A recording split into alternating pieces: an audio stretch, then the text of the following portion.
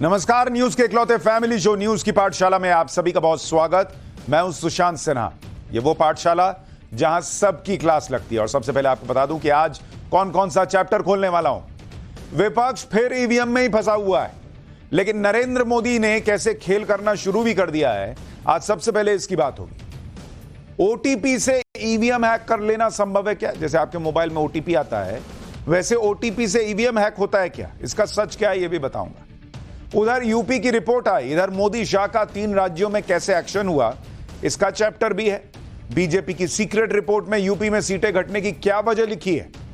साथ ही बात करूंगा, सीएम केजरीवाल पानी के लिए तरसा रहे हैं और सीएम योगी पानी पिलाने का प्लान बना रहे हैं। ये दोनों ही मुख्यमंत्रियों की बात होगी। केजरीवाल मॉडल वर्सेस योगी मॉडल पर वो चैप्टर जो आपको हैरान करेगा, जरूर देखिएगा।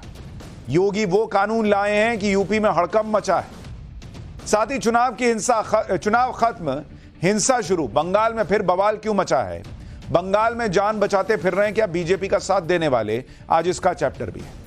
अयोध्या में राम मंदिर को बम से उड़ाने की धमकी किसने भेजी है? पाकिस्तान से ऑडियो मैसेज आया, सीएम योगी ने क्या प्लान बनाया? आज इसका चैप्टर भी होगा। लेकिन सबसे पहले दिन भर की बड़ी खबरों का रिवीजन, उसके बाद पहला चैप्टर।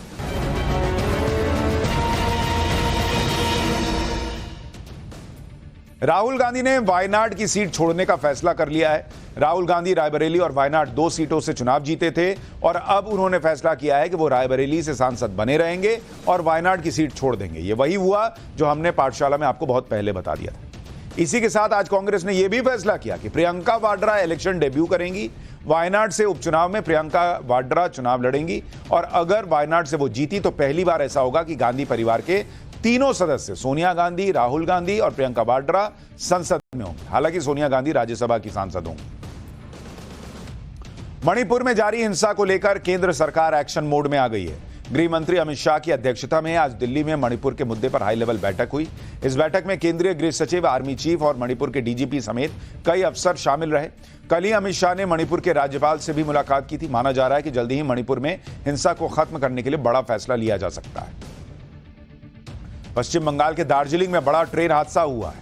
एक मालगाड़ी ने सियालदह जाने वाली कंचनजंगा एक्सप्रेस को पीछे से टक्कर मार दी, जिसकी वजह से कंचनजंगा एक्सप्रेस की कई बोगीज पटरी से उतर गई। इस हादसे में रेलवे के 3 कर्मचारियों समेत 8 लोगों की मौत हो गई, जबकि 30 से ज्यादा लोग घायल हुए हैं। हादसे का जायजा लेने के लिए रेल मंत्री अश्विनी वैष्णव मौके पर पहुंच चुके हैं। पीएम मोदी ने हादसे पर दुख जताया है। हादसे में मारे गए लोगों के परिवार वालों के लिए 10-10 लाख रुपए और गंभीर रूप से घायल लोगों के लिए 2.5 लाख रुपए के मुआवजे की घोषणा की गई है। दिल्ली में बिजली कटने की समस्या अब एयरपोर्ट तक पहुंच गई है। आज दिल्ली एयरपोर्ट की बत्ती गुल हो गई। करीब 10 से 15 मिनट लाइट नहीं थी। पूरा सिस्टम ठप पड़ गया। एयरलाइंस का स्टाफ, सुरक्षाकर्मी, यात्री सब परेशान हो गए।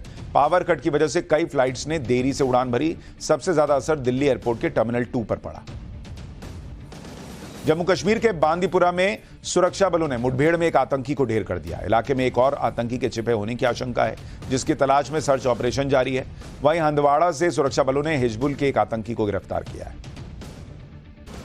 तो ये हो गया दिन भर का रिवीजन। अब पाठशाला की पहली क्लास, जिसमें बात होगी कि विपक्ष फिर ईवीएम में फंसा हुआ है और नरेंद्र मोदी ने खेल करना शुरू भी कर दिया। ओटीपी से ईवीएम हैक कर लेना, क्या यह संभव है? सच क्या निकला? उधर यूपी की रिपोर्ट आई, इधर मोदी शाह का 3 राज्यों में कौन सा एक्शन हुआ है और बीजेपी की सीक्रेट रिपोर्ट में यूपी में सीटें घटने की क्या वजह लिखी है। सबसे पहले इसका चैप्टर।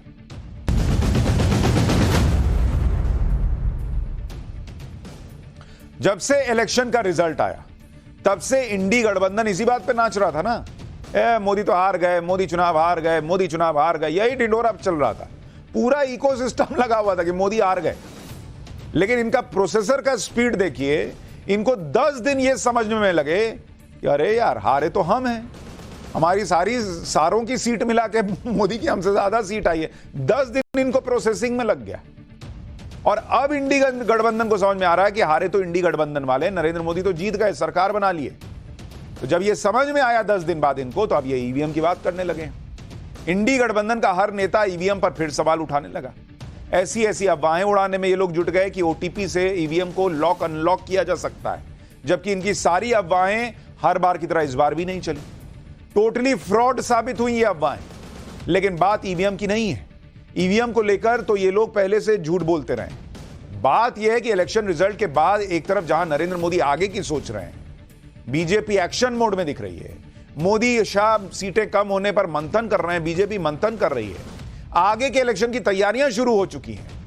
इधर इंडी गठबंधन वालों का हाल यह है कि पहले तो महाराज की जय हो चलता रहा, पार्टी डांस चलता रहा कि गजब कर दिए, गजब कर दिए, और जब अपनी हार स्वीकार नहीं हो पा रही तो इस सच्चाई का सामना नहीं कर पा रहे कि अगले 5 साल भी विपक्ष में बैठना है। इसलिए वो दूसरों को दोष देने और अपनी हार के नए बहाने खोजने में पूरी ताकत लगा दे रहे हैं।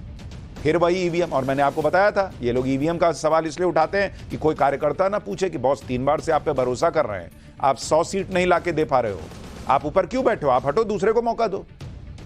ये कार्यकर्ता ना पूछे, इसके लिए लोग ईवीएम करते हैं। यानी आपको फर्क भी दिख जाएगा नरेंद्र मोदी और इंडी गठबंधन के बीच सोच का कितना अंतर है। नरेंद्र मोदी ने नई सरकार बनाने के साथ ही तेज रफ्तार से काम करना शुरू कर दिया। इंडी गठबंधन यह माहौल बनाने में जुटा है कि सरकार तो कभी भी गिर जाएगी। नरेंद्र मोदी आगे आने वाले विधानसभा चुनाव की तैयारी में जुट गए हैं। इंडी गठबंधन 15 दिन पहले आए लोकसभा चुनाव के नतीजों में ही फंसा हुआ है। बीजेपी अपनी कम हुई सीटों पर मंथन कर रही है, रिपोर्ट तैयार कर रही है। इंडी गठबंधन अपनी हार का दोष फिर से ईवीएम पर डालने में जुटा है। मोदी आने वाले संसद सत्र की तैयारी कर रहे हैं। इंडी गठबंधन में सबसे बड़ी पार्टी कांग्रेस यही तय नहीं कर पा रही कि संसद में नेता विपक्ष किसको बनाया जाए। नरेंद्र मोदी की सरकार नए संसद सत्र में विपक्ष को साथ लेकर चलने और स्पीकर, डिप्टी स्पीकर चुनने में बिजी है। विपक्ष इसी में फंसा है कि संसद भवन में मूर्तियों को इधर से उधर क्यों किया गया। यानी बीजेपी चुनाव नतीजों में मिले झटके को भूलकर आगे बढ़ रही है। इंडी गठबंधन इस आफ्टर शॉक से उभर ही नहीं पा रहा। इंडी गठबंधन का ईवीएम वाला पुराना ड्रामा फिर से शुरू हो गया। जब इलेक्शन का रिजल्ट आए थे रिजल्ट, तो इन्हें कुछ ज्यादा सीटें मिल गई तो इन्होंने ईवीएम पर बात करना बंद कर दिया। लेकिन जब यह सरकार नहीं बना पाए, इनको लगा कि अरे ये तो एनडीए की सरकार नहीं बनेगी, नीतीश धोखा देंगे, नायडू धोखा देंगे, कुछ हुआ नहीं। इन्हें लगने लगा कि 5 साल तो ये चल जाएगी बहुत सरकार, तो फिर ये ईवीएम का गाना शुरू किया। जैसे अगर आप देखिए, राहुल गांधी ईवीएम को ब्लैक बॉक्स बता रहे हैं, कह रहे हैं कि इलेक्शन कमीशन को ईवीएम और चुनाव प्रक्रिया की पारदर्शिता सुनिश्चित करनी चाहिए, नहीं तो इसे हटा देना चाहिए। अखिलेश यादव कह रहे हैं कि दुनिया के जाने माने टेक्नोलॉजी एक्सपर्ट्स ईवीएम में हेराफेरी के खतरे की तरफ खुलेआम लिख रहे हैं, तो फिर ईवीएम के इस्तेमाल की जिद के पीछे की वजह क्या है, यह बात बीजेपी वाले साफ करें। लालू यादव की पार्टी आरजेडी ने भी कहा कि अमेरिका जैसे देशों में भी बैलेट पेपर से चुनाव होते हैं, फिर से बैलेट पेपर से चुनाव कराने में दिक्कत क्या है। ईवीएम को लेकर जो प्रोपेगेंडा चल रहा है उसमें इंडी गठबंधन वाले ये नया नैरेटिव बनाने में जुटे हैं कि ईवीएम ना तो होती, ना सरकार जो है बीजेपी की बनती, इनकी सरकार बन जाती। जैसे शिवसेना के आदित्य ठाकरे ने कहा कि अगर देश में फ्री एंड फेयर इलेक्शन होते तो बीजेपी को 240 नहीं 40 सीट मिलती। आम आदमी पार्टी के संजय सिंह ने कहा कि कम से कम 80 सीटें हैं जो संदेह के घेरे में ढंग से काउंटिंग हो जाए तो सरकार गिर जाएगी। सुनिए संजय सिंह ने क्या कहा, फिर आपको बताऊंगा कि ईवीएम को लेकर यह नया दुष्प्रचार किस बात से शुरू हुआ और उसकी सच्चाई क्या निकली। तो ऐसी कम से कम 80 सीटें हैं देश भर में जो संदेह के घेरे में है। माननीय सर्वोच्च न्यायालय में इसको लेकर याचिका भी दाखिल हुई है, और अगर इसका सही ढंग से, ठीक ढंग से अगर काउंटिंग हो जाएगी तो ये सरकार गिर जाएगी। 80 सीटें संदेह के घेरे में। आदित्य ठाकरे कह रहे हैं अगर ईवीएम ठीक होती तो 240 नहीं 40 आती।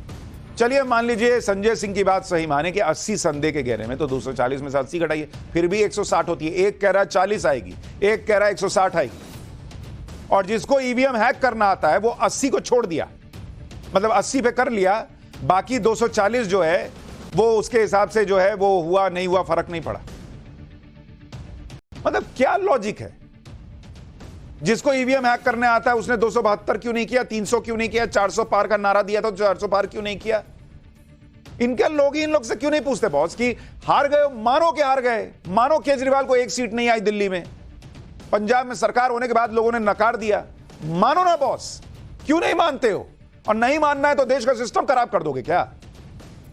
ईवीएम को लेकर यह नया ड्रामा एक न्यूज़पेपर के आर्टिकल से शुरू हुआ, जिसमें मुंबई की नॉर्थ ईस्ट लोकसभा सीट को लेकर दावा किया गया कि मुंबई नॉर्थ ईस्ट सीट पर शिवसेना शिंदे के उम्मीदवार के रिश्तेदार के पास ऐसा फोन था जिसमें ओटीपी के जरिए ईवीएम को अनलॉक किया जा सकता था।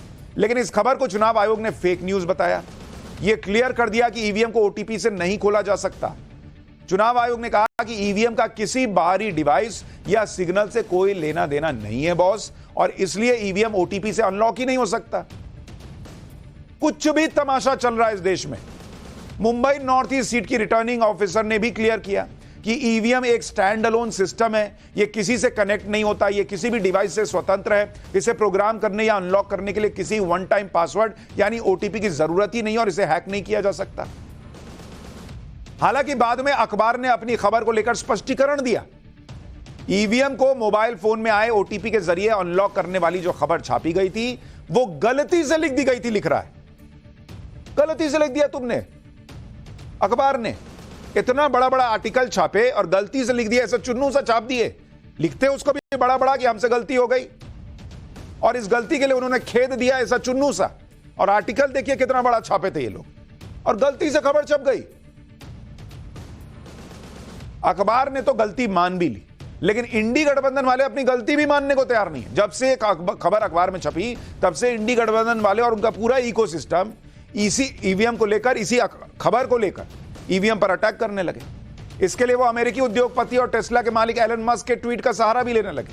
एलन मस्क ने क्या किया कि ईवीएम को लेकर एक ट्वीट कर दिया, कहा कि ईवीएम को हटा देना चाहिए क्योंकि एआई से ईवीएम के हैक होने का रिस्क है। एलन मस्क के इस ट्वीट पर पूर्व केंद्रीय मंत्री राजीव चंद्रशेखर ने जवाब दिया कि भारत की ईवीएम बिल्कुल सेफ है और इसे हैक नहीं किया जा सकता। राजीव चंद्रशेखर के जवाब में एलन मस्क ने यह लिख दिया कि कोई भी चीज हैक की जा सकती है। इस पर राजीव चंद्रशेखर ने जवाब दिया कि भारत की ईवीएम बिल्कुल सुरक्षित है और पेपर वोटिंग से ज्यादा भरोसेमंद है। लेकिन एलन मस्क के इस बयान से इंडी गठबंधन को मौका मिल गया। अच्छा, एलन मस्क को इतना भरोसा है कि कोई भी चीज हैक हो सकती है, तो भाई चुनाव आयोग ने हैकाथॉन और अरेंज किया था। आते ना, तुम भी करते, आके करते, आओ आके साबित कर दो कि ईवीएम हैक हो सकता है। वहां बैठे बैठे ट्वीट कर रहे हो, ज्यादा ज्ञानी बन रहे हो। लेकिन उन्होंने बोला, जिस आदमी को पता नहीं कि यहां चुनाव कैसे होता है, वो आदमी अमेरिका में बैठ के लिख रहा है, और यहां राहुल गांधी ने ईवीएम को ब्लैक बॉक्स कहना शुरू कर दिया। राहुल गांधी ने कहा कि भारत में ईवीएम एक ब्लैक बॉक्स है, किसी को इजाजत नहीं है कि वो इस पर सवाल उठाए। सवाल उठाना बॉस, यहां तो ईवीएम को हैक करके दिखाने की भी इजाजत दी गई थी, लेकिन आप में से एक नेता नहीं गया था वहां हैक करने के लिए। चुनावी प्रक्रिया की पारदर्शिता को लेकर गंभीर सवाल उठाए जा चुके हैं। जब संस्थाओं की जिम्मेदारी खत्म हो जाती है तो लोकतंत्र में गड़बड़ होने की आशंका बढ़ जाती है। ये कौन आदमी कह रहा है जो 2 सीट से लड़ा है और 2 सीट से चुनाव जीता है? वो कह रहा है कि चुनावी सिस्टम में गड़बड़ी है। तो आप कैसे जीत गए ये भी तो बताओ, वो भी 2-2 सीट। जो इंडी गठबंधन आज ईवीएम को ब्लैक बॉक्स बता रहा है, उसी ईवीएम से कांग्रेस 52 सीटों से 99 पर आई है। इसी ईवीएम से इंडी गठबंधन 234 सीट पर पहुंचा है। इसी ईवीएम से नरेंद्र मोदी की 63 सीटें कम हुई हैं।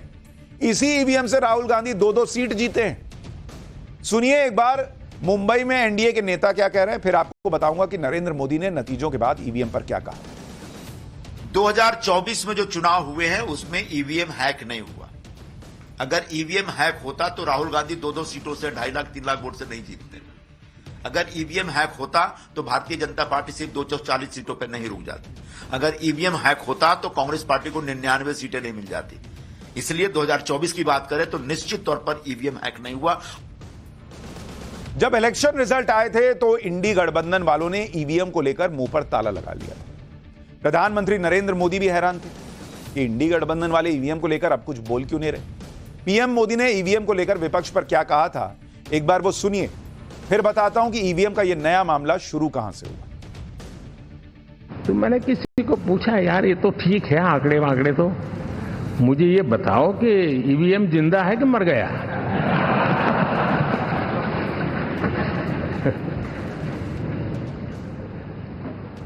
क्योंकि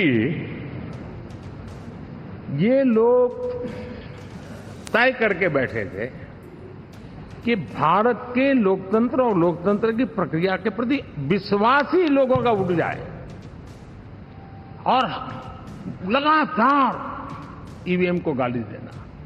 और मुझे तो लगता था कि शायद इस बार वो ईवीएम की अर्थी निकाय जुलूस निकालेंगे, लेकिन 4 जून शाम आते आते उनको ताले लग गए, ईवीएम ने उनको चुप कर दिया। इंडी गठबंधन ने ईवीएम को लेकर जो नया बवाल खड़ा किया है वो मामला मुंबई की नॉर्थ वेस्ट सीट से जुड़ा है। और इस सीट पर जीत का अंतर सिर्फ 48 वोट का रहा। मुंबई नॉर्थ वेस्ट सीट पर शिवसेना उद्धव गुट के कैंडिडेट अमोल कीर्तिकर को शिवसेना शिंदे गुट के कैंडिडेट रविंद्र वायकर से 1 वोट ज्यादा मिला था। शिवसेना उद्धव गुट को 4,51,095 वोट मिले। शिवसेना शिंदे गुट को 4,51,094 वोट मिले थे।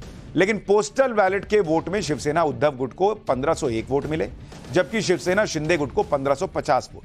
इस तरह से शिवसेना शिंदे गुट के कैंडिडेट ने शिवसेना उद्धव गुट के कैंडिडेट को 48 वोट से हरा दिया। अब जब इस तरह से इतने कम वोटों से जीत हार का अंतर हो तो स्वाभाविक है कि हारने वाला कैंडिडेट कुछ ना कुछ संदेह करने वाली बातें कहेगा। हर जगह जहां पर जीत हार का अंतर कम होता है वहां पर इस तरह की बातें होती रहती हैं। लेकिन इसका मतलब यह नहीं कि ईवीएम पर ही सवाल उठा दिए जाए। ईवीएम को लेकर इंडी गठबंधन का पुराना एजेंडा रहा है और वही एजेंडा इस बार भी चलाया जा रहा है। इंडी गठबंधन क्या कह रहा है, जरा इसको सुनिए, फिर आपको बताता हूं कि जिस सीट की बात हो रही है वहां मामला ईवीएम का नहीं, वहां मामला कुछ और है। इलेक्शन कमीशन यानी कौन? बीजेपी की एक्सटेंडेड ब्रांच। अब ये फोन उनको विजय घोषित किया वायकर को, टोटली इलीगल। वो हारा हुआ आदमी है। ये इस देश का ऐसा चुनाव का निर्णय है कि देश में ऐसे कितने चुनाव क्षेत्र में इस प्रकार से जो 100 या 1000 के दायरे में हार जीत हुई है, वो सभी क्षेत्र में उस प्रकार से चुनाव के नतीजे अपने कब्जे में लेने की कोशिश हुई है। सर, सीएम शिंदे ने कहा है कि ये सब अपोजिशन की स्ट्रैटेजी है। ये क्या स्ट्रैटेजी है? एलिगेशंस लगा। कौन सा एलिगेशन है? ईवीएम के बारे में ऐसे हो नहीं सकता है ओटीपी से। ये शिंदे कौन है? शिंदे एलन मस्क का बाप है क्या? कौन है शिंदे? सत्ता पक्ष लगातार ये सवाल उठा रहा है कि इंडिया अलायंस, महाविकास अघाड़ी, विपक्ष जो है वो जिन 235-240 सीटों पे जीता है वहां पर हैक नहीं होता है, जहां पे वो हारते हैं वहीं पे हैक का सवाल क्यों खड़ा? मैं बताऊं, अगर सही मायने में इलेक्शन मशीन की कोई प्रॉब्लम नहीं होती, हमने 350 सीट जीत ली होती। सवाल ये भी होता है कि एक सीट भी अगर शक के घेरे में आ रही है, किसकी जिम्मेदारी होगी ये क्लियर करने की? प्रियंका चतुर्वेदी कह रही हैं कि अगर ईवीएम की गड़बड़ी ना होती तो हम 350 सीट जीत लेते। तो जब रिजल्ट नहीं आया था तो इनका तो खुद का एग्जिट पोल 295 सीट दे रहा था। तब तो पता नहीं था कि रिजल्ट क्या आने वाला है, तब तो आपको पता नहीं था कि ईवीएम में क्या होने वाला है, तब खुद को 295 क्यों दे रहे थे? तभी 350 बोलते कि हम 350 जीत रहे हैं। संजय राउत कह रहे हैं कि शिंदे क्या एलन मस्क का बाप है क्या? एलन मस्क क्या भारतीय लोकतंत्र का बाप बैठा है क्या? ये एलन मस्क वहां अमेरिका में बैठ के बताएगा क्या हो सकता है, नहीं हो सकता है? इंडी गठबंधन वाले भले ही ईवीएम पर कुछ भी बोले, लेकिन जिस मुंबई नॉर्थ वेस्ट की सीट का यह मामला है वहां इशू ईवीएम का नहीं था, वहां इशू काउंटिंग सेंटर में फोन ले जाने का है। उस पर एक्शन भी हुआ। शिवसेना शिंदे गुट के कैंडिडेट का जो रिश्तेदार काउंटिंग सेंटर में फोन लेकर गया था उसके खिलाफ केस दर्ज हो चुका है। काउंटिंग सेंटर का सीसीटीवी पुलिस को दिया जा चुका है और जो फोन इस्तेमाल हुआ था उसे भी सीज करके फॉरेंसिक जांच के लिए भेजा जा चुका है। एक तरफ इंडी गठबंधन की सुई ईवीएम पर अटकी है, उधर बीजेपी ने अगले इलेक्शन की तैयारी शुरू कर दी। 5 महीने के अंदर महाराष्ट्र, हरियाणा, झारखंड और जम्मू कश्मीर में विधानसभा चुनाव होने हैं और बीजेपी ने इन चुनावों के लिए अपनी टीम भी बना दी। बीजेपी ने महाराष्ट्र, हरियाणा, झारखंड और जम्मू कश्मीर में विधानसभा चुनाव को देखते हुए प्रभारियों की नियुक्ति कर दी। अब ये सोए रहेंगे, ईवीएम करेंगे और बाद में रिजल्ट मन मुताबिक नहीं आएगा तो कहेंगे ईवीएम जो है वो गड़बड़ है। दूसरा, तैयारी शुरू कर चुका है। महाराष्ट्र विधानसभा चुनाव के लिए भूपेंद्र यादव को प्रभारी बनाया गया है, अश्वनी वैष्णव को सह प्रभारी। हरियाणा विधानसभा चुनाव के लिए केंद्रीय मंत्री धर्मेंद्र प्रधान को प्रभारी बनाया गया है, त्रिपुरा के पूर्व सीएम बिप्लब देब को सह प्रभारी। धर्मेंद्र यादव की तस्वीर लग गई थी, वो गलत लग गई थी, उसके लिए माफी। झारखंड चुनाव के लिए केंद्रीय मंत्री शिवराज सिंह को जिम्मेदारी दी गई है, असम के सीएम हिमंता बिस्वा शर्मा को सह प्रभारी बनाया गया।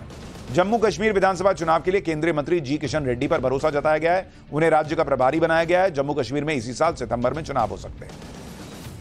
जिन 4 राज्यों में विधानसभा चुनाव है उसमें 2 राज्य ऐसे हैं जहां बीजेपी की सरकार होते हुए भी लोकसभा चुनाव में उसे बहुत ज्यादा नुकसान हुआ। जैसे महाराष्ट्र में बीजेपी की सीटें 23 से घटकर 9 रह गई, जबकि इंडी गठबंधन ने 48 में से 31 सीटें जीती। महाराष्ट्र में यह बीजेपी के लिए बड़े झटके की तरह है। इस झटके को बीजेपी ने बिल्कुल भी हल्के में नहीं लिया है। इसलिए अगर आप देखें, महाराष्ट्र की कमान 2 बड़े नेता भूपेंद्र यादव और अश्वनी वैष्णव को दी गई। ये दोनों ही नेता राजस्थान के रहने वाले हैं।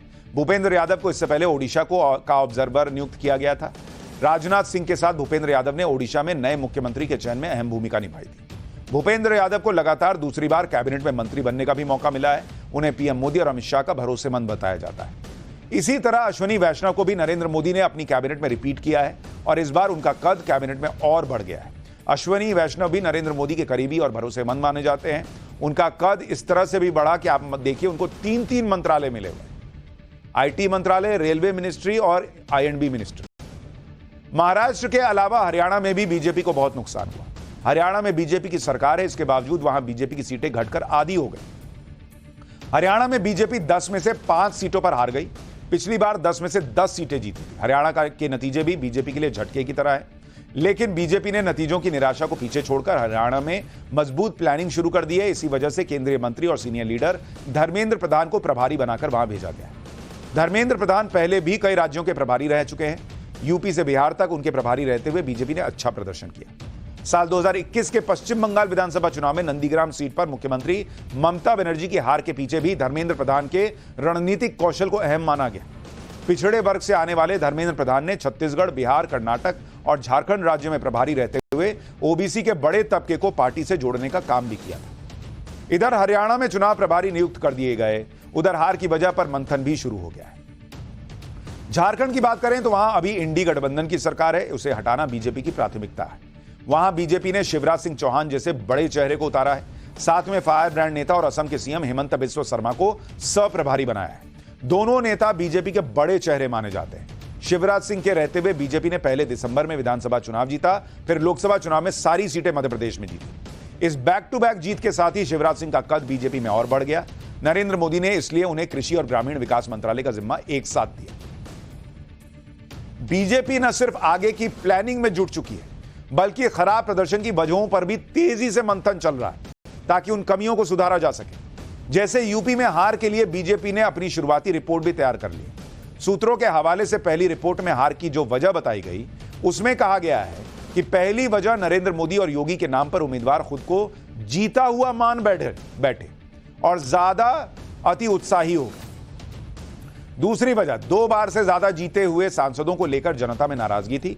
कुछ सांसदों का व्यवहार भी ठीक नहीं था। तीसरी वजह, राज्य सरकार ने करीब 3 दर्जन सांसदों के टिकट काटने या बदलने के लिए कहा था, उसकी अनदेखी हुई। टिकट बदलते तो परिणाम बेहतर हो। चौथी वजह, इंडी गठबंधन के संविधान बदलने और आरक्षण खत्म करने के नैरेटिव का बीजेपी सही ढंग से जवाब नहीं दे पाई। पांचवी वजह, पार्टी पदाधिकारियों का सांसदों के साथ तालमेल अच्छा नहीं रहा। यही वजह थी कि पूरे राज्य में मतदाताओं की वोट वाली पर्ची इस बार बहुत कम घरों तक पहुंची। बहुत लोगों ने हमें फीडबैक दिया कि भाई वो जो हर बार बीजेपी के लोग पर्ची देके आ जाते थे कि भाई ये पर्ची है, जाइएगा वोट देने, वो इस बार आए ही नहीं लोग। छठी वजह, कुछ जिलों में विधायकों की अपने ही सांसद उम्मीदवारों से नहीं बनी, विधायकों ने सपोर्ट ढंग से नहीं किया। सातवीं वजह, बीजेपी के लाभार्थी वर्ग को कांग्रेस की तरफ से मिल रही 8,500 रुपए महीने की गारंटी ने आकर्षित किया। लाभार्थियों से सीधा संवाद ना होना हार की वजह बना। आठवीं वजह, कार्यकर्ताओं की अनदेखी भी बड़ा मुद्दा रही। निराश और उदासीन कार्यकर्ताओं ने पार्टी के लिए वोट तो किया, लेकिन दूसरे लोगों को अपने साथ नहीं जोड़ा। नौवीं वजह, पेपर लीक और अग्निवीर जैसी योजनाओं का नाम लेकर इंडी गठबंधन ने लोगों को भ्रमित किया और बीजेपी इसे ढंग से काउंटर नहीं कर पाई। 10वीं वजह, दलित वर्ग का वोट उस तरह से न मिलना बीजेपी के लिए बड़ा झटका साबित हुआ जैसे पहले मिलता रहा। यह यूपी में बीजेपी के खराब प्रदर्शन पर बनाई गई शुरुआती रिपोर्ट है। यह रिपोर्ट मंडल लेवल की पे तैयार हुई है। अभी 2 और रिपोर्ट आने के बाद तीनों रिपोर्ट को फिर क्लब करेंगे और फिर उसका निचोड़ निकाल कर बैठेंगे, आपस में चर्चा करेंगे कि कहां कहां गलती है। यह बीजेपी इस लेवल पे काम कर रही है। वहां इंडी गठबंधन अभी भी ईवीएम पे रो रहा है। एक तरफ आने वाले इलेक्शन को लेकर बीजेपी फुल एक्शन मोड में है, दूसरी तरफ चुनाव के बाद पहले संसद सत्र को लेकर भी बीजेपी अपनी तैयारी पूरी कर चुकी है। संसद सत्र को लेकर सूत्रों के हवाले से सबसे बड़ी खबर तो यही है कि बीजेपी लोकसभा स्पीकर पद पर भी कॉम्प्रोमाइज नहीं करने जा रही। लोकसभा स्पीकर का पद बीजेपी अपने पास रखेगी। डिप्टी स्पीकर का पद एनडीए के सहयोगी को दिया जा सकता है।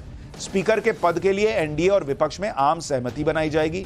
आम सहमति के लिए बातचीत करने की जिम्मेदारी राजनाथ सिंह को दी गई है। यानी स्पीकर की पोस्ट को लेकर इंडी गठबंधन को एक और जख्म मिलेगा, क्योंकि ये लोग सोचकर बैठे थे कि ये पिन मारेंगे कि अरे अपना स्पीकर नहीं बनाए तो मोदी तुम्हारी पार्टी तोड़ देंगे और यहां एनडीए में बवाल हो जाएगा। वो तो हो नहीं रहा।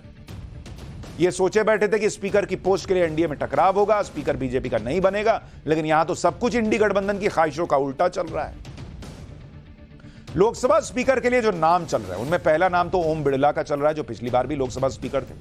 ओम बिड़ला राजस्थान की कोटा सीट से फिर से जीते हैं और उन्हें पिछली बार विपक्ष के बड़े हंगामे के बीच लोकसभा चलाने का अच्छा अनुभव है। इसलिए अगर ओम बिड़ला का नाम फिर से लोकसभा स्पीकर के लिए आता है तो इसमें कोई हैरानी नहीं होनी चाहिए। लोकसभा स्पीकर के लिए दूसरा नाम बिहार के पूर्वी चंपारण से बीजेपी सांसद राधा मोहन सिंह का चल रहा है, जो 6 बार के वरिष्ठ सांसद हैं और केंद्रीय मंत्री रह चुके हैं। लोकसभा स्पीकर के लिए तीसरा नाम आंध्र प्रदेश की बीजेपी अध्यक्ष और सांसद डी पुरंदेश्वरी का चल रहा है। पुरंदेश्वरी चंद्रबाबू नायडू की साली भी हैं और पुरंदेश्वरी को स्पीकर बनाने से टीडीपी के साथ तालमेल भी ठीक रहेगा। लोकसभा स्पीकर के लिए वैसे तो वोटिंग नहीं होती, आम सहमति से स्पीकर चुन लिया जाता है और आमतौर पर जो पार्टी सरकार में होती है या जिस गठबंधन की सरकार होती है उसी में से किसी व्यक्ति को स्पीकर बनाया जाता है। वोटिंग की नौबत तब आती है जब विपक्ष अपना कैंडिडेट खड़ा कर दे, लेकिन यह होता नहीं है। स्पीकर बनाने की प्रक्रिया क्या होती है, जरा एक बार उसको समझिए। क्या है ना कि सबसे पहले राष्ट्रपति की तरफ से नियुक्त किया गया एक प्रोटेम स्पीकर सांसदों को शपथ ग्रहण करा देता है। उसके बाद नए स्पीकर का चुनाव होता है। प्रोटेम स्पीकर एक अस्थायी स्पीकर होते हैं जिन्हें संसद में कार्यवाही संचालित करने के लिए सीमित समय के लिए नियुक्त किया गया, मतलब टेम्परेरी। नई लोकसभा की पहली बैठक की अध्यक्षता और नए सदस्यों को शपथ दिलाने का काम प्रोटेम स्पीकर ही करते हैं। इसके अलावा लोकसभा के स्पीकर के लिए चुनाव और वोटिंग कराने की जिम्मेदारी भी प्रोटेम स्पीकर की होती है। जैसे ही नए स्पीकर का चुनाव हो जाता है तो प्रोटेम स्पीकर का पद खत्म हो जाता है। वो कहता है कि अब आप संभालिए, हो गया मेरा काम। संविधान के आर्टिकल 93 में कहा गया है कि स्पीकर का पद खाली होते ही सांसदों को जल्द से जल्द अपने में से 2 सांसदों को स्पीकर या और डिप्टी स्पीकर चुनना होता है। अब 24 जून से संसद का बजट सत्र शुरू हो सकता है। इसके साथ ही 26 जून को लोकसभा स्पीकर का चुनाव किया जा सकता है। इंडी गठबंधन अब दबाव बना रहा है कि उन्हें डिप्टी स्पीकर का पद दिया जाए, नहीं तो स्पीकर की पोस्ट के लिए कैंडिडेट खड़ा कर देंगे। इंडी गठबंधन एनडीए के सहयोगी दलों को भी भड़का रहा है कि अगर सहयोगी दलों ने अपना स्पीकर नहीं बनाया तो बीजेपी दूसरी पार्टियों को तोड़ देगी। लेकिन इंडी गठबंधन के भड़काने के बाद भी जेडीयू जैसे अहम सहयोगियों ने क्लियर कह दिया है कि स्पीकर का पद तो सबसे बड़ी पार्टी यानी बीजेपी के पास ही रहना चाहिए, जबकि टीडीपी ने अब तक इस पर कुछ क्लियर नहीं किया है। एक तरफ बीजेपी खटाखट फैसले कर रही है, दूसरी तरफ कांग्रेस से यह फैसला नहीं हो पा रहा कि राहुल गांधी नेता विपक्ष बनेंगे या नहीं। कांग्रेस ने आज यह तो फैसला कर लिया कि राहुल गांधी कौन सी सीट छोड़ेंगे और प्रियंका वाड्रा पहली बार चुनाव लड़ेंगी, लेकिन कांग्रेस यह फैसला अब भी नहीं कर पाई कि लोकसभा में विपक्ष का नेता कौन होगा, जबकि कांग्रेस को 10 साल बाद मौका मिला है कि उसे लोकसभा में विपक्ष के नेता का पद मिल सके, क्योंकि पिछली 2 लोकसभाओं में कांग्रेस को लगभग लोकसभा की 10% सीट भी नहीं आई थी। इस बार कांग्रेस को 99 सीटें मिली हैं तो वो लोकसभा में विपक्ष के नेता पद पर दावेदारी कर सकते हैं। कांग्रेस के अंदर यह मांग हो रही है कि राहुल गांधी लोकसभा में विपक्ष के नेता बन जाए, लेकिन राहुल गांधी इसके लिए तैयार है नहीं। अभी उनका मूड भी तो बनना चाहिए भाई। अभी तो डिमांड हुई है कि राहुल जी आप संभालिए, राहुल जी का भी तो मूड बने।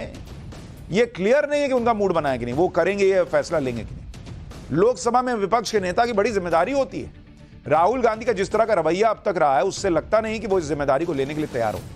यही वजह है कि अब तक शायद कांग्रेस इस मामले में फैसला नहीं कर पाई, लेकिन एक फैसला इन्होंने कर लिया कि राहुल गांधी जो है वो वायनाड की सीट छोड़ेंगे और रायबरेली की सीट पर जमे रहेंगे। खैर, वहां क्या फैसला होगा ये तो बात की बात है। कुछ फैसले मुख्यमंत्रियों को लेने हैं, जैसे दिल्ली के मुख्यमंत्री, यूपी के मुख्यमंत्री। पाठशाला में अब अगली क्लास, सीएम केजरीवाल पानी के लिए तरसा रहे हैं। सीएम योगी पानी पिलाने का प्लान कैसे बना रहे हैं? केजरीवाल मॉडल वर्सेस योगी मॉडल पर वो चैप्टर लाया हूं जो आपको हैरान करेगा।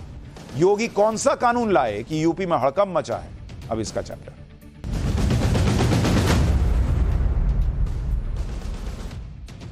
दिल्ली और उत्तर प्रदेश के 2 राज्य हैं जिनकी बड़ी चर्चा है। उत्तर प्रदेश की चर्चा लोकसभा चुनाव के नतीजों की वजह से हो रही है, दिल्ली की चर्चा पानी संकट के लिए हो रही है। साथ ही दोनों राज्यों के मुख्यमंत्रियों के काम करने के तरीके की भी चर्चा हो रही है। अरविंद केजरीवाल दिल्ली में पानी का संकट खत्म नहीं कर पा रहे। दिल्ली में पानी के लिए लोग तरस रहे हैं। पानी के लिए दिल्ली में जंग जैसे हालात हैं। दूसरी तरफ यूपी के सीएम योगी आदित्यनाथ एक बड़ी समस्या को खत्म करने की तैयारी किए बैठे। सीएम योगी अब यूपी में पेपर लीक माफिया को पानी पिलाने की तैयारी कर रहे हैं। योगी वो काम करने वाले हैं जिससे यूपी में पेपर लीक कराने वालों के हाथ पैर फूल जाएंगे, और इसीलिए आज आपको दोनों मुख्यमंत्रियों को काम करने का मॉडल देखना चाहिए। उत्तर प्रदेश में सीएम योगी कैसे पेपर लीक माफिया के खिलाफ एक्शन लेने वाले हैं, कैसे उनको पानी पिलाने वाले हैं, वो आपको आगे बताऊंगा। पहले आप देखिए कि देश की राजधानी दिल्ली में कैसे आम जनता पानी के लिए तरस रही है, केजरीवाल सरकार उनको पानी नहीं पिला पा रही।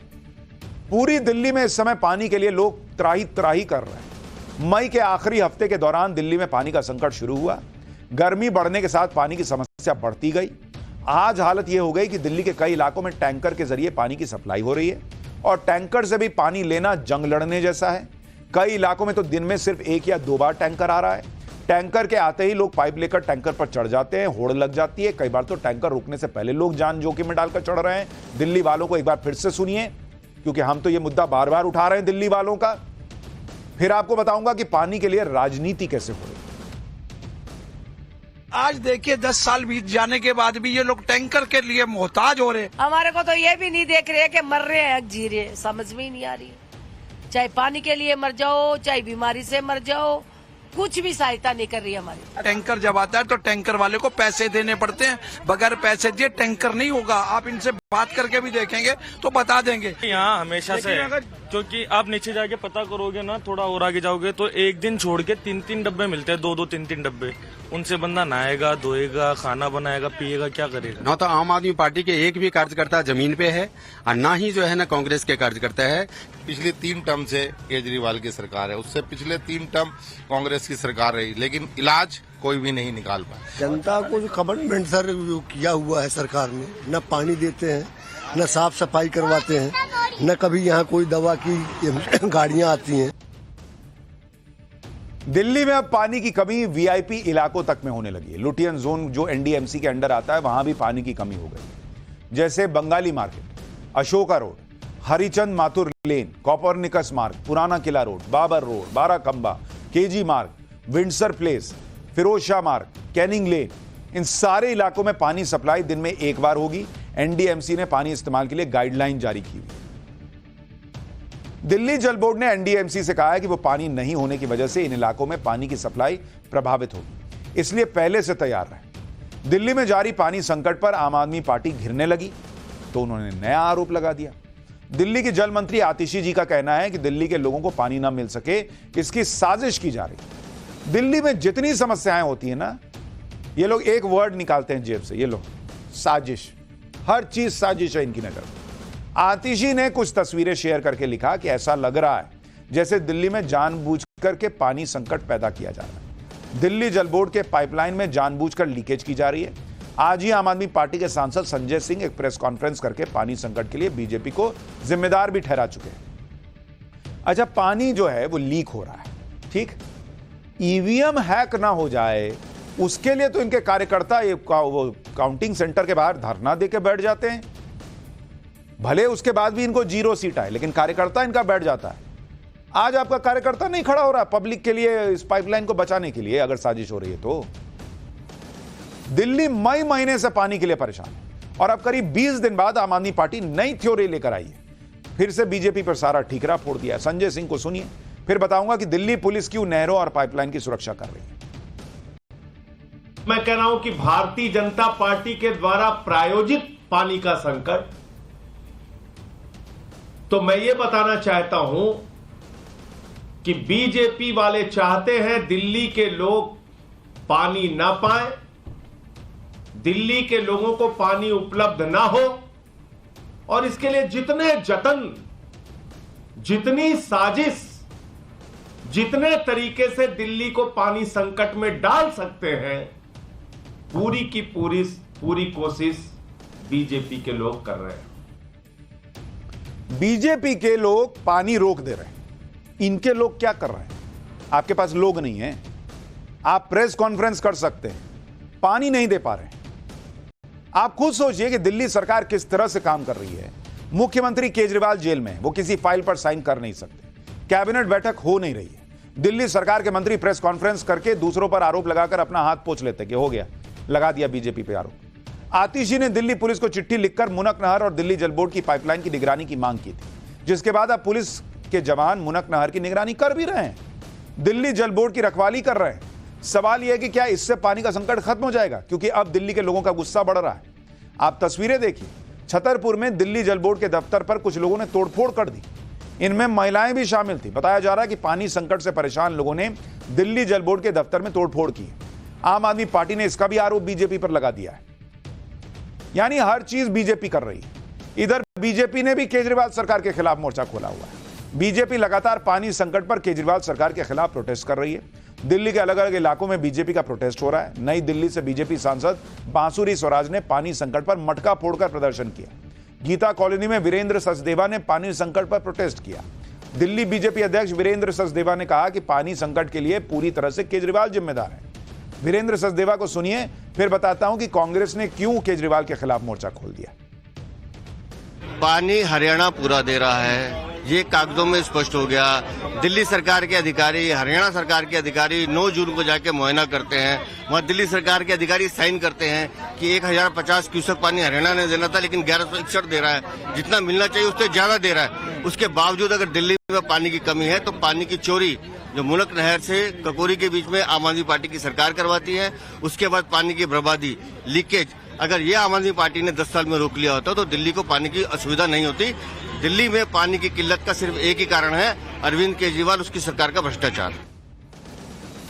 आम आदमी पार्टी और कांग्रेस ने लोकसभा चुनाव तो साथ मिलकर लड़ा, उसके बाद भी दिल्ली की 7 में से एक भी सीट नहीं जीत पाए। अब लोकसभा चुनाव के बाद दिल्ली में कांग्रेस और आम आदमी पार्टी फिर से आमने सामने आ गए। मतलब आप सोचिए, अभी कुछ दिन पहले साथ में हाथ पकड़ के आम आदमी पार्टी और कांग्रेस वोट मांगे हैं और अब अलग अलग हो गए कि नहीं, अब हमारा रास्ता अलग हो गया। दिल्ली में पानी को लेकर हो रहे घमासान में कांग्रेस ने एंट्री कर ली।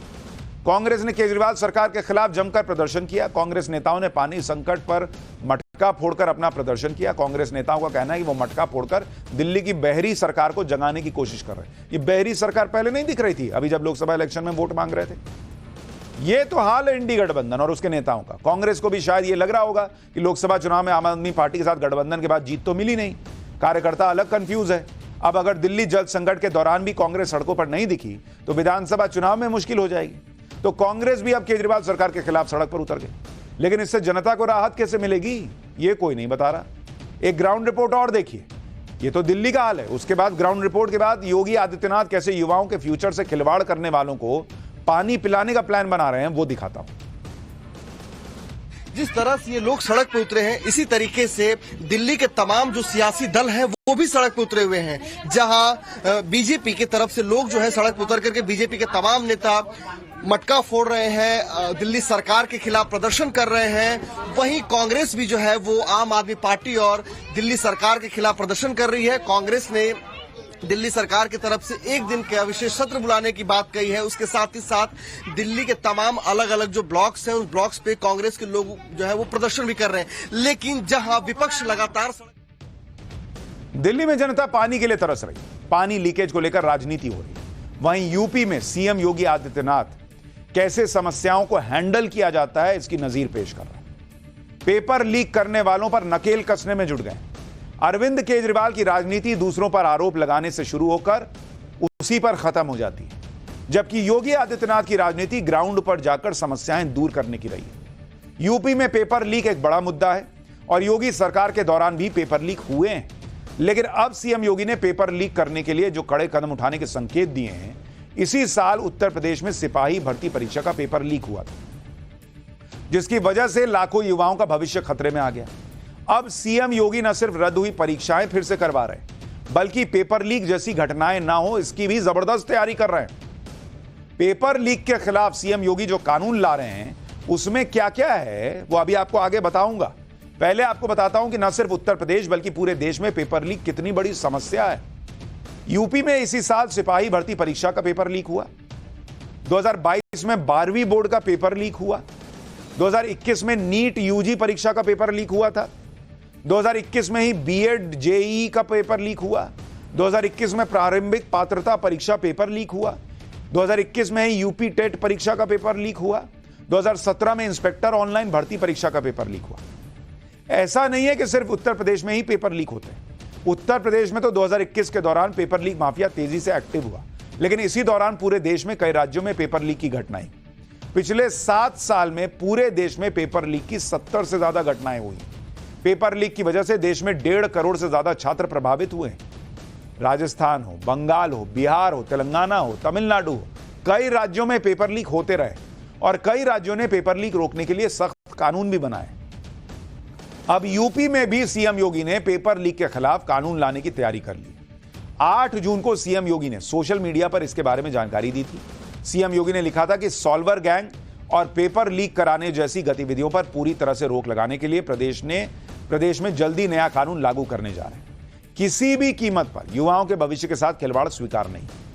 सीएम योगी के इस ऐलान के बाद से ही पेपर लीक के खिलाफ कानून पर चर्चा हो रही है। सीएम योगी वैसे ही कानून व्यवस्था को लेकर बेहद सख्त रवैया अपनाते रहे हैं। ऐसे में माना जा रहा है कि पेपर लीक के खिलाफ कानून भी सख्त होगा।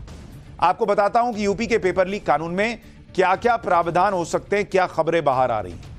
पेपर लीक के दोषी को उम्र कैद की सजा का प्रावधान हो सकता है, यह बताया जा रहा है, क्योंकि योगी ने पहले ही कह दिया है कि बॉस बहुत हो गया नाटक, अब बर्दाश्त नहीं होगा। दोषी पर 10 करोड़ रुपए के जुर्माने का भी प्रावधान हो सकता है, ऐसा कहा जा रहा है। दोषी पर एनएसए या गैंगस्टर एक्ट भी लगाया जा सकता है। आरोपी की प्रॉपर्टी पर बुलडोजर चलाया जा सकता है। पेपर लीक से हुए आर्थिक नुकसान की भरपाई दोषी से करवाई जाएगी। यानी अगर ऐसा कानून बन जाता है तो यूपी में पेपर लीक कराने वालों की हालत खराब हो जाएगी। कड़ी सजा और भारी भरकम जुर्माने के डर से पेपर लीक माफिया की कमर टूटेगी।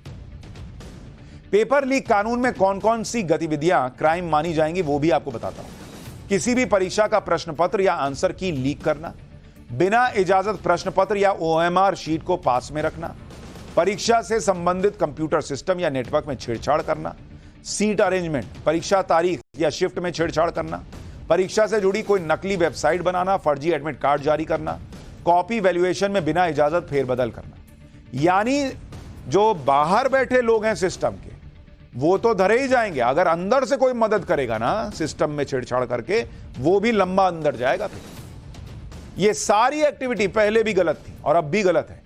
फर्क यह है कि पहले कानून नहीं होने की वजह से आरोपी आराम से बच निकलते थे, लेकिन एक बार यूपी में कानून बन गया तो ये सारी हरकतें अपराध की श्रेणी में आएंगी और इससे पेपर लीक रोकने में मदद मिल पाएगी। एक तरफ CM Yogi Adityanath paper leak के खिलाफ कड़ा कानून लाने वाले हैं, तो वहीं यूपी में भर्ती परीक्षा की तैयारी भी चल रही है। इसी साल यूपी में सिपाही भर्ती परीक्षा हुई थी, लेकिन पेपर लीक की वजह से परीक्षा को रद्द करना पड़ा था। उस समय परीक्षा देने वाले 48 लाख से ज्यादा युवाओं से सीएम योगी ने कहा था कि 6 महीने के अंदर परीक्षा फिर से करवाऊंगा। 60,000 से ज्यादा पदों के लिए सिपाही भर्ती परीक्षा फिर से होगी। इस बार पेपर लीक रोकने के लिए पुख्ता इंतजाम किए जा रहे हैं। पुलिस भर्ती बोर्ड कई लेयर पर सुरक्षा के इंतजाम चेक कर रहा है। पुलिस भर्ती बोर्ड ने सभी पुलिस कमिश्नर और एसपी से रिपोर्ट मांगी है। जिलों के कोषागार भर्ती परीक्षा के पेपर रखने के लिए सुरक्षित है या नहीं, यह चेक हो रहा है। कोषागार के एंट्री और एग्जिट पॉइंट और खिड़कियों की जानकारी ली जा रही है। सुरक्षा कर्मियों को ड्यूटी रोस्टर और लॉग बुक की जानकारी ली जा रही है। पेपर लीक रोकने के लिए कई एक्सपर्ट्स की भी राय ली जा रही है। यानी सीएम योगी पूरा प्रयास कर रहे हैं कि इस बार फूल प्रूफ सिस्टम के तहत भर्ती परीक्षा कराई जाए, जिससे कहीं कोई लूप होल ना रह जाए। इस बार यह सिस्टम बन जाएगा तो उसके बाद भर्ती परीक्षा की तारीख का ऐलान भी किया जाएगा। यह फर्क होता है, एक समस्या केजरीवाल के सामने है, एक समस्या योगी जी के सामने, और दोनों कैसे हैंडल कर रहे हैं ना, यह केजरीवाल मॉडल और योगी मॉडल का फर्क है। पाठशाला में अब अगली क्लास, जिसमें बंगाल मॉडल की चर्चा हो। चुनाव खत्म, हिंसा शुरू, बंगाल में फिर बवाल मचा हुआ है क्या? बंगाल में जान बचाते फिर रहे हैं बीजेपी का साथ देने वाले क्या? अब इसका जाकर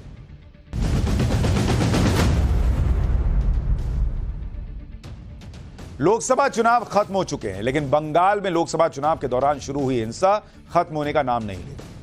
हालात ऐसे बन चुके हैं कि बीजेपी कार्यकर्ताओं को जान बचाने के लिए घर छोड़कर भागना पड़ रहा है, यह आरोप लग रहा है। हालांकि बंगाल में राजनीतिक हिंसा और चुनाव का कनेक्शन नया नहीं है, लेकिन इस बार राजनीतिक हिंसा के निशाने पर बीजेपी के कार्यकर्ता हैं। आरोप लग रहा है कि टीएमसी के कार्यकर्ता चुन चुनकर बीजेपी के वर्कर्स, वोटर्स और सपोर्टर्स पर हमले कर रहे हैं। इन आरोपों को लेकर बंगाल में चुनाव के बाद भी सियासी पारा चढ़ा हुआ दिख रहा है। आज पाठशाला में बंगाल में राजनीतिक हिंसा का पूरा इतिहास भी आपको बताऊंगा, लेकिन सबसे पहले वर्तमान तो देखिए कि बंगाल में किस तरह चुनाव के बाद भड़की हिंसा से बीजेपी कार्यकर्ता दहशत में। बंगाल के अलग अलग इलाकों में बीजेपी कार्यकर्ता जान बचाने के लिए घर छोड़ने को मजबूर बताए जा रहे हैं। कहीं बीजेपी कार्यकर्ताओं ने पार्टी दफ्तर में शरण ली, कहीं बीजेपी कार्यकर्ता अज्ञात ठिकानों में छिपने को मजबूर बताए गए। पहली तस्वीर बंगाल के बरुईपुर की है, जो बंगाल की जादवपुर लोकसभा सीट का हिस्सा है। यहां बीजेपी कार्यकर्ताओं ने अपने परिवार वालों को रिश्तेदारों के घर भेज दिया है और खुद भी जान बचाने के लिए बीजेपी दफ्तर में शरण लेकर बैठे। दूसरी तस्वीर कूच बिहार की है, जहां चुनाव के बाद हिंसा से प्रभावित इलाकों के बीजेपी कार्यकर्ताओं को शेल्टर होम में शिफ्ट किया गया है। डरे सहमे इन कार्यकर्ताओं का हौसला बढ़ाने के लिए बीजेपी के नेता आकर इनसे मिल रहे हैं। इसी तरह दक्षिण 24 परगना जिले के फालता इलाके में भी हिंसा से सहमे बीजेपी कार्यकर्ता जान बचाने के लिए पार्टी दफ्तर में छिपकर बैठे। वहीं कई इलाकों में तो बीजेपी के कार्यकर्ता इस कदर डरे हैं कि उन्हें कोलकाता में किसी अज्ञात जगह पर शरण लेनी पड़ी। अपने ही राज्य में शरणार्थियों की तरह दिन गुजारने को मजबूर इन कार्यकर्ताओं की आपबीती जानने के लिए हमारी टीम कोलकाता में अज्ञात जगह पर बनाए गए शेल्टर होम पहुंची, जहां सैकड़ों की संख्या में बीजेपी कार्यकर्ताओं और समर्थकों को रखा गया। हमारी सहयोगी की एक ग्राउंड रिपोर्ट देखिए और सोचिए, इसी देश में, एक राज्य में क्या हालात है। हमारी मौजूदगी फिलहाल कोलकाता के एक अनडिस्क्लोज लोकेशन पर है। यहाँ पर करीब करीब 150 बीजेपी के कार्यकर्ता जो है उन्होंने यहाँ पर शरण ली है। आपको बता दें, चुनावी हिंसा के बाद कई ऐसे कार्यकर्ता है बीजेपी के, साथ ही पोलिंग एजेंट और जो काउंटिंग एजेंट है, जिनको जो है हमले का शिकार होने के बाद इस तरह से यहाँ पर अलग अलग जगहों पर बीजेपी की तरफ से उन्हें रखा गया है। आपको बता दें, इन कार्यकर्ताओं में महिलाएं भी है, बच्चे भी है और कई कार्यकर्ता जो है वो अपने पूरे परिवार के साथ पलायन करने को जो है मजबूर हुए हैं, पलायन कर इसी जगह पर रुके हैं और यहाँ पर बीजेपी पार्टी की तरफ से जो है उनका ख्याल रखा जा रहा है और यहाँ पे बड़ी संख्या में जो है लोग यहाँ पर पहुंचे हैं। सबका आरोप एक ही है कि तृणमूल कांग्रेस की तरफ से जो है उन पर हमला किया गया, उनको टारगेट किया गया और एकदम जो है आइडेंटिफाई कर जो है उनको टारगेट किया जा रहा है। ये जो है शनाख्ती की गई कि एक एक इलाके में कितने बीजेपी के कार्यकर्ता है और अगर किसी वार्ड में लीड मिली है बीजेपी को तो उसी का जो है जवाब देने के लिए इनका आरोप है कि तृणमूल कांग्रेस से उन पर अत्याचार किया है। बीजेपी के दफ्तरों में शरण लेने को मजबूर हुए लोगों का कहना है कि उनकी गलती सिर्फ इतनी है कि उन्होंने लोकसभा चुनाव में बीजेपी का साथ दिया। जान बचाने के लिए घर छोड़कर भागने को मजबूर हुए इन लोगों की आप बीती सुनिए, फिर बताऊंगा कि बंगाल के वो कौन कौन से इलाके हैं जहां चुनाव के बाद हिंसा भड़की। टीएमसी हरमत भाई ने तांडव चला रहा है, ठीक है, हम लोग बीजेपी कर रहे हैं, इसीलिए हम लोग के ऊपर वो लोग अत्याचार कर रहे हैं। देखिए कितना अत्याचार हो रहा है, पश्चिम बंगाल हाल और नहीं चलेगा, प्रशासन पूरा गिर गया है। पुलिस ने मदद कर रहा है, जो मदद कर रहा है वो सेंट्रल पोस्ट बोर्ड में मदद किया है, तो हमारा वो थाना में पुलिस मेरा मदद नहीं किया है। हम 70 नंबर वार्ड में रहता है, सीएम का वार्ड में, हम भवानीपुर में, हम 4 तारीख रात 3 बजे को हमको पकड़ के मारा है 70 नंबर वार्ड का काउंसिलर तृणमूल का, उसका लड़का लोग हमको पकड़ बहुत मारा है। कितने दिन से रह रहे हैं? 1 तारीख में। 1 तारीख से क्या हुआ? आप पर क्या कोई हमला हुआ था? है, हमारे स्वामी माता मारा गया। कहाँ से है, कौन से जगह से आप? संदेश कर ली। अच्छा, तो अभी भी वहाँ पर जो है तृणमूल कांग्रेस का अत्याचार क्या चल रहा है? तो यहाँ पर आपको वापस आने में क्या डर लग रहा है? भय लगे की अवस्था ওখানে খুব ভয়ঙ্কর অবস্থা। ये तो कुछ जगहों के पीड़ितों की आप बीती आप सुन रहे हैं, जो हमारे रिपोर्टर को हाल बता रहे हैं, जहां हिंसा की वजह से बीजेपी कार्यकर्ता दहशत में हैं और जान बचाने के लिए सुरक्षित ठिकाने तलाश रहे हैं। बीजेपी का आरोप है कि बंगाल के ज्यादातर इलाकों में उनके कार्यकर्ताओं को निशाना बनाया जा रहा है। चुनाव के बाद बंगाल के हिंसा प्रभावित जिलों की बात करें तो उत्तर बंगाल में कूच बिहार, दक्षिण बंगाल में नॉर्थ 24 परगना और साउथ 24 परगना, जंगल महल रीजन में झारग्राम, इसके अलावा बांकुड़ा, हावड़ा, पूर्वी बर्धमान और मुर्शिदाबाद में चुनाव के बाद हिंसा की घटनाओं का आरोप है। बीजेपी का दावा है कि चुनाव के बाद शुरू हुई हिंसा की वजह से उसके करीब 4000 कार्यकर्ता अपना घर और गांव छोड़कर बीजेपी दफ्तरों में छिपे हुए, उन्हें हिंसा में मारे जाने का डर है और बंगाल पुलिस उनकी मदद नहीं कर रही। बीजेपी लगातार आरोप लगा रही है कि बंगाल में सत्ता परिवर्तन ही चुनावी हिंसा खत्म करने का आखिरी विकल्प है। केंद्रीय मंत्री और बंगाल बीजेपी के अध्यक्ष को सुनिए, फिर बंगाल में राजनीतिक हिंसा का इतिहास भी बताता हूं। अगर आप विरोधियों के ऊपर हमला करेंगे, मारेंगे, पीटेंगे, तो मुझे लगता है इस डेमोक्रेसी नाम की कोई चीज नहीं रहेगी। अगर आपको डेमोक्रेसी नहीं चाहिए तो बोल दीजिए, वहां पे आप मोनार्की चालू कर दीजिए, राजतंत्र चालू कर दीजिए, ममता बनर्जी की ताजपोशी कर दीजिए, मुकुट पहना दीजिए और वो सिंहासन बना ले, उसमें बैठी रही। क्योंकि इसका परमानेंट सोल्यूशन है बीजेपी की सरकार, वो भी लगातार 10-15 साल तक, तब जाके ये वायलेंस की जो धुरी है ये बंद होगी। बंगाल में नेता विपक्ष शुभेंदु अधिकारी चुनाव के बाद शुरू हुई हिंसा से प्रभावित हुए 100 से अधिक पीड़ितों को लेकर कोलकाता में गवर्नर हाउस पहुंचे, जहां राज्यपाल सीवी बोस ने पीड़ितों से मुलाकात की और उन्हें पूरी मदद का भरोसा दिया। शुभेंदु अधिकारी का आरोप है कि बंगाल पुलिस ने कई बार पीड़ितों की राज्यपाल से होने वाली मुलाकात पर रोड़े अटकाने की कोशिश की। राज्यपाल से पीड़ितों की मुलाकात के बाद शुभेंदु अधिकारी ने क्या कहा है वो भी सुनिए। गवर्नर से बता दिया जितना टाइम तक पोस्टपोल बंद नहीं होगा, विक्टिम के लिए दरवाजा खुला है, पुलिस मंत्री के लिए दरवाजा बंद है। हम लोग परमिशन दिया है, अभी तक इजाजत नहीं है।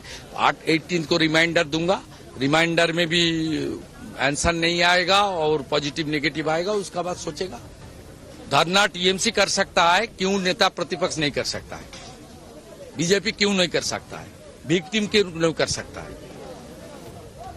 हमारी लड़ाई जारी रहेगा।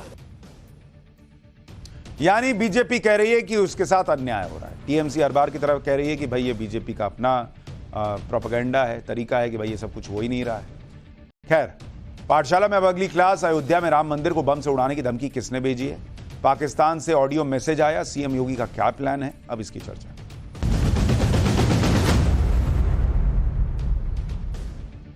अयोध्या में भव्य राम मंदिर के निर्माण के बाद दो तरह के बदलाव देखने को मिल रहे हैं। एक तरफ हर सनातनी हिंदू का उत्साह और आत्मविश्वास बढ़ गया है, देश में सनातन का एक अलग ही माहौल बन गया। लेकिन दूसरी तरफ इस भव्य राम मंदिर को और हिंदुओं के उत्साह को देखकर पाकिस्तान में बैठे आतंकी बड़े बेचैन हैं, परेशान हैं, इसलिए आए दिन राम मंदिर पर हमले की धमकी भेज रहे हैं।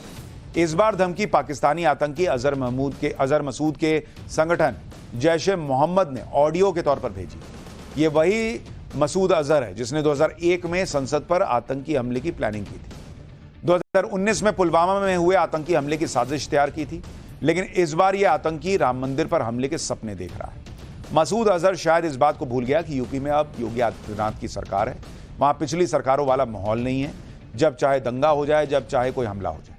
यूपी में अब ऐसी हालत है कि दंगाई गायब हो गए हैं, ज्यादातर माफिया मिट्टी में मिला दिए गए। ऐसे माहौल में आतंकी मसूद अजहर राम मंदिर को बम से उड़ाने की धमकी दे रहा है। हालांकि मसूद अजहर पहले भी अयोध्या में आतंकी हमले की कोशिश कर चुका है, लेकिन तब उसके साथी हमला करने से पहले ही जहन्नुम पहुंच गए थे।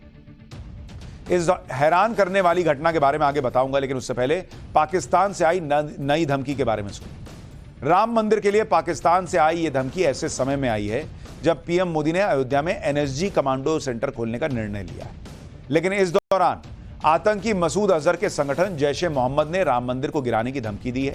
इसके लिए सोशल मीडिया पर एक ऑडियो वायरल हो रहा है जिसमें राम मंदिर पर हमला करने के लिए आतंकी भेजने की बात कही गई। इस ऑडियो के वायरल होने के बाद यूपी पुलिस और एटीएस समेत केंद्रीय एजेंसियां हाई अलर्ट पर हैं। पूरे अयोध्या में सुरक्षा बढ़ा दी गई। यह पिछले 20 दिनों में तीसरी धमकी है जिसमें राम मंदिर पर हमले की बात कही गई।